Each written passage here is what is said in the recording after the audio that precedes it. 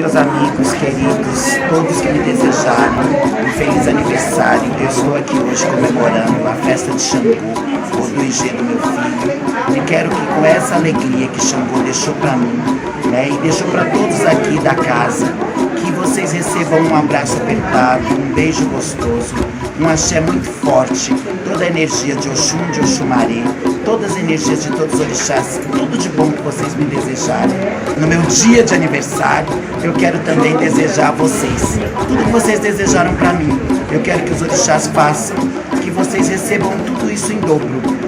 Quero me desculpar por não poder responder a todos pessoalmente, mas eu estou muito feliz com todas as benfeitorias que desejaram para mim, todas as palavras bonitas, todas as coisas boas. Eu quero agradecer do fundo do meu coração.